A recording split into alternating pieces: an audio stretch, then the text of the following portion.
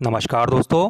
GDS कर्मचारियों के transfer ruling में कुछ चेंजेस हुए हैं और बहुत सारे डाउट रेज हो रहे थे कि अब क्या क्या चेंजेस हुए हैं ट्रांसफ़र में। पहले जो ट्रांसफ़र का रूलिंग था उससे कितना अलग अभी का रूलिंग हुआ है, तो देखते हैं क्या कुछ चेंजेस है। मेन जो पॉइंट्स है वो हम देखेंगे। जीडीएस सेक्शन से ये इशू हुआ। सब्जेक्ट में देखिए, limited transfer facility on request of ग्रामीण डाक सेवक गाइडलाइंस। क्या कुछ चेंजेस इसमें किए गए हैं वो सब इस वीडियो में हम देखेंगे। सारा डाउट आपका क्लियर होगा। 15 जुलाई 2021 को जो ट्रांसफ़र रूलिंग रिलीज़ हुआ था वो रूलिंग अब इफेक्टिव नहीं होगा। अब ये नया रूलिंग इफेक्टिव होगा और ये कब से होगा, किस किस कैंडिडेट्स के लिए होगा, तो इसके लिए आपको ये पूरा वीडियो देखना होगा। Step by step point wise देखते हैं कि क्या चेंजेस हुए हैं। सबसे पहले देखिए, terms and conditions of transfer. 2 साल की सर्विस पीरियड चाहिए होगी तभी आप ट्रांसफ़र के लिए एलिजिबल हो पाएंगे। यहाँ आप देख सकते हैं, the minimum engagement condition for transfer of GDS under LTF is revised from 1 year to 2 years of continuous engagement. 1 से 2 साल कर दिया गया है, मतलब 1 साल और बढ़ा दिया गया है। तो अब 2 साल की मिनिमम सर्विस पीरियड आपकी होनी चाहिए तभी आप ट्रांसफ़र के लिए एलिजिबल हो पाएंगे। सेकंड पॉइंट में देखिए, however the condition of 2 years of continuous engagement is relaxed till 31 of December 2025। मतलब 31/12/2025 तक ये रूलिंग इंप्लीमेंट नहीं होगा, इसके बाद से ये लागू होगा। और क्लैरिफाई किया गया है, जिस जीडीएस की ज्वाइनिंग डेट 1/7/2024 से पहले है, मतलब 1 जुलाई 2024 से पहले है, उनके लिए तो 1 साल ही वैलिड होगा।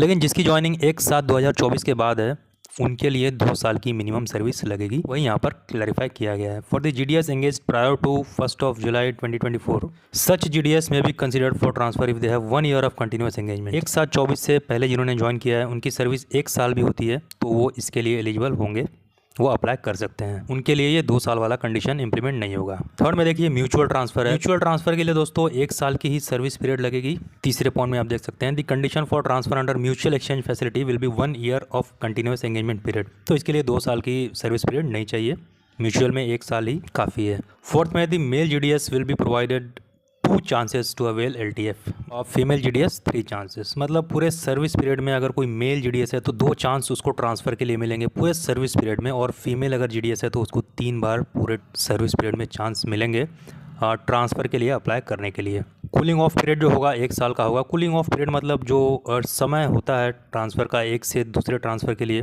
तो उसमें 1 साल का गैप होना चाहिए तभी आप दूसरा ट्रांसफ़र ले पाएंगे। उसको कूलिंग ऑफ पीरियड यहाँ पर बोला गया है। अब देखेंगे दोस्तों, इसमें प्रायोरिटी किसको दी जाएगी, किस जीडीएस को पहले कंसिडर किया जाएगा ट्रांसफ़र के लिए।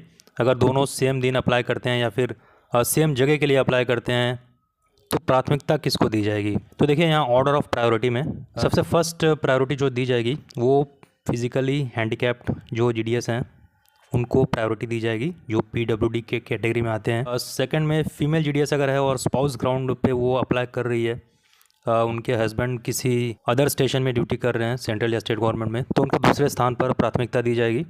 तीसरे में मेल जीडीएस स्पाउस ग्राउंड पे करते हैं अप्लाई, उनकी वाइफ अगर किसी सेंट्रल या स्टेट गवर्नमेंट में किसी अदर स्टेशन पे वर्क कर रही है तो ऐसे कंडीशन में तीसरे नंबर पर उनको रखा गया है मेल जीडीएस को। फोर्थ नंबर पे प्रायोरिटी दिया जाएगा ऐसे जीडीएस को जिनकी ज्वाइनिंग डेट पहले होगी उस जीडीएस से जिन्होंने बाद में ज्वाइन किया था। तो आप बोल सकते हैं जो सीनियर होगा उसको पहले कंसिडर किया जाएगा, ये सिंपली आप बोल सकते हैं फोर्थ पॉइंट में। फिफ्थ में फीमेल जीडीएस है अदर दैन स्पाउस ग्राउंड। अगर फीमेल है किसी भी ग्राउंड पे वो वर्क कर रही है तो 5वें नंबर पे उसको रखा जाएगा। और सिक्स्थ पे प्रायोरिटी दिया जाएगा डेट ऑफ बर्थ को, मतलब जिसकी एज ज़्यादा होगी उसको पहले प्राथमिकता दी जाएगी कम एज वाले के कंपैरिजन में। सेवन्थ पॉइंट देखिए, date and time of application, मतलब अप्लाई अगर आप जिस टाइम पे करते हैं जिसने पहले अप्लाई किया होगा उसको प्राथमिकता दी जाएगी उस जीडीएस के कंपैरिजन में जिसने बाद में अप्लाई किया है। तो ये भी मायने रखता है। इसलिए अगर आपको ट्रांसफ़र के लिए अप्लाई करना है तो आप पहले ही अप्लाई कर लें ताकि आपको प्रेफरेंस मिले। अप्लाई करेगा उसको ऑर्डर ऑफ प्रेफरेंस में पहले प्रायोरिटी में रखा जाएगा। अगर कुछ चेंजेस होते हैं तो उसको हम नेक्स्ट वीडियो में कवर कर लेंगे। आज के वीडियो में इतना ही, मिलेंगे नए अपडेट के साथ।